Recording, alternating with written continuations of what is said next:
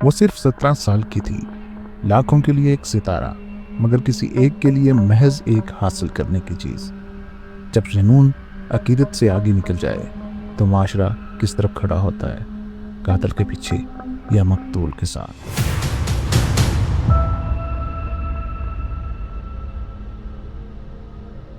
सना की मौत सिर्फ एक खबर नहीं, हमारे निज़ाम तालीम, हमारी तरबियत, हमारी इखलाकियात और हमारी इज्तिमाई बेहिसी का ऐसा तूफान है जिसने न सिर्फ एक मासूम जिंदगी निगल ली, बल्कि हजारों दीगर सनाओं को भी खौफ के साए में जिंदगी गुजारने पर मजबूर कर दिया।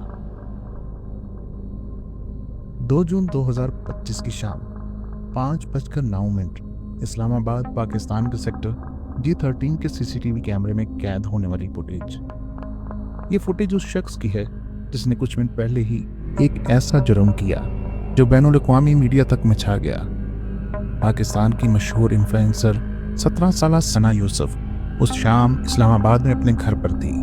थोड़ी देर पहले ही उसकी माँ पास ही की मार्केट से घर का सामान लेने गई। शॉप करीब होने की वजह से किसी ने मेन गेट को लॉक नहीं किया था और ऐसे ही किसी मौके की तलाश में ये शख्स घर के पास झाड़ियों में 3-4 घंटे से छुपा बैठा था ताकि मौका मिलते ही घर के अंदर जा सके।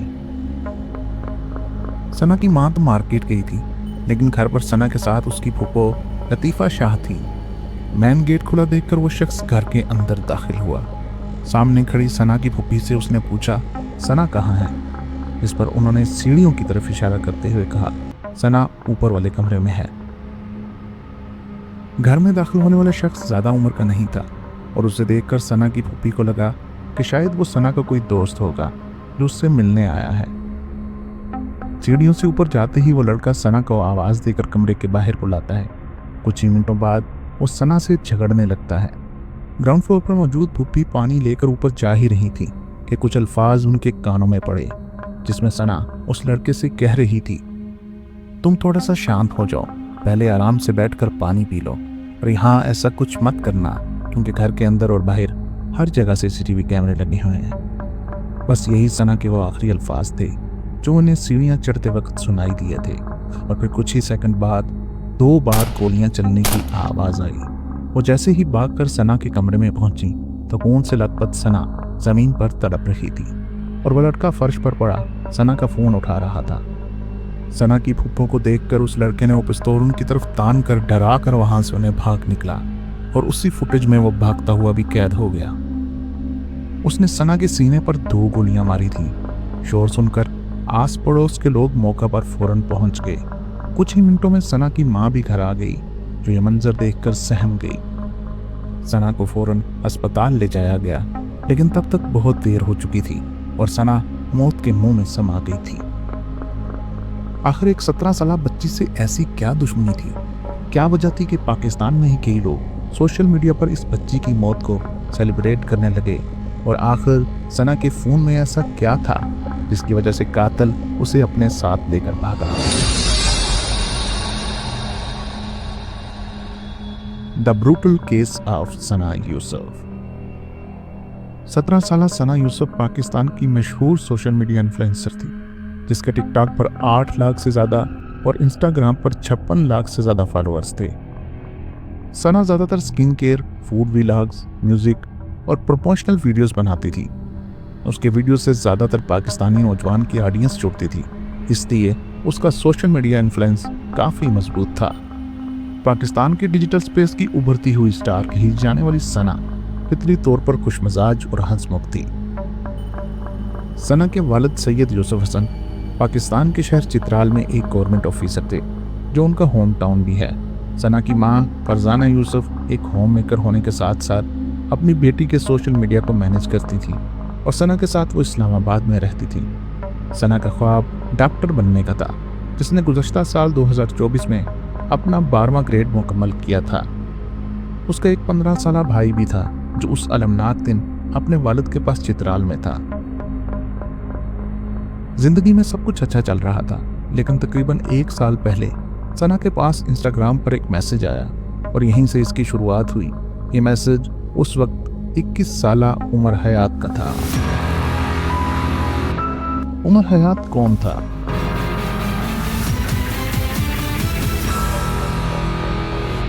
उमर हयात अपने वालिद की चौथी शादी से होने वाली सबसे छोटी औलाद था। उमर की मां 2 साल पहले ही इंतकाल कर गई थी और उसके वालिद एक रिटायर्ड गवर्नमेंट एम्प्लॉय थे जिन्हें पेंशन मिलती थी और उसी से उमर हयात अपना खर्चा चलाता था। उमर कोई काम धंधा नहीं करता था और सारा दिन आवारागर्दी करता रहता। उमर को दिखावे की दुनिया में जीने की आदत थी। यही वजह थी कि उसके वालिद को हाल ही में एक छोटा सा प्लाट बेचने पर जो पैसे मिले थे उनसे उसने अपने लिए आईफोन खरीदा था।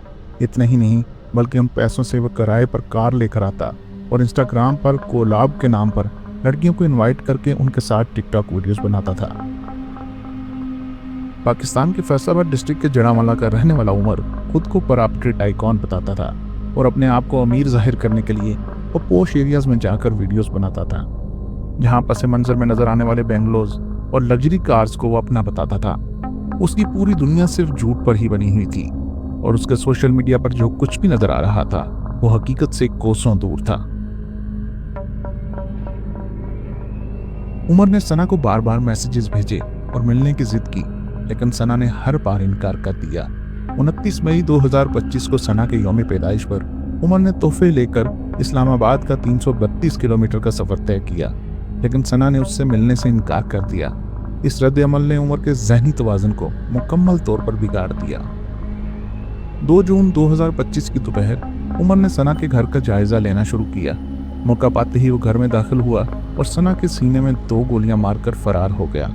उसने सना का फोन भी छीन लिया ताकि अपने मैसेजेस को डिलीट कर सके। पुलिस ने 20 घंटे के अंदर उमर को गिरफ्तार कर लिया। गिरफ्तारी के वक्त उसके पास से 30 बोर की पिस्तौल और सना का फोन बरामद हुआ। उमर ने जुर्म का एतराफ कर लिया। इस वाक़े ने पाकिस्तानी मुआशरे में शदीद बहस छेड़ दी। कुछ लोगों ने इस कत्ल को गैरत के नाम पर जायज़ करार देने की कोशिश की, जबकि दानिशवरों ने मीडिया में तशद्दुद की रोमानी तस्वीर कशी को मोर्द इल्ज़ाम ठहराया। सना की मौत के बाद उसके फॉलोअर्स की तादाद में इजाफा हुआ। उसकी मां ने एक इंटरव्यू में कहा, मेरी बेटी को सिर्फ इसलिए मारा गया कि वो एक आज़ाद ख्याल लड़की थी जो अपनी ज़िंदगी खुद जीना चाहती थी। ये वाक़या न सिर्फ पाकिस्तान बल्कि पूरी दुनिया के लिए एक अलमनाक तनबीह है कि हमें नौजवान लड़कियों को महफूज माहौल फराहम करने, उनके खिलाफ तशद्दुद को रोकने के लिए इज्तिमाई तौर पर काम करना होगा। सना की मौत सिर्फ एक जनूनी का जुर्म नहीं बल्कि उस माशरे का अलमिया है जहां लोगों की नज़र में एक आईफोन की चमक, किराए की गाड़ी और जाहली शोहरत इंसानियत से ज़्यादा अहम हो चुकी है। हमने एक ऐसा निज़ाम बना दिया है जहां दिखावे के लिए पैसे तो हैं मगर इखलाकियात के लिए कोई जगह नहीं, जहां लड़के लाखों वाले बनने के चक्कर में अपनी नफ्सियात खो बैठते हैं और लड़कियां उनके जुनून की कीमत चुकाती हैं। बल्कि वो सोसाइटी भी थी जो उसे ये बताती रही कि तुम जो चाहो ले सकते हो, चाहे वो किसी की जान ही क्यों ना हो। अब वक्त आ गया है कि हम इस चकाचौंध के पीछे छुपे खौफनाक सच को तस्लीम करें। क्या आप समझते हैं कि दिखावे की ये दौड़ किसी और सना की कुर्बानी मांग रही है?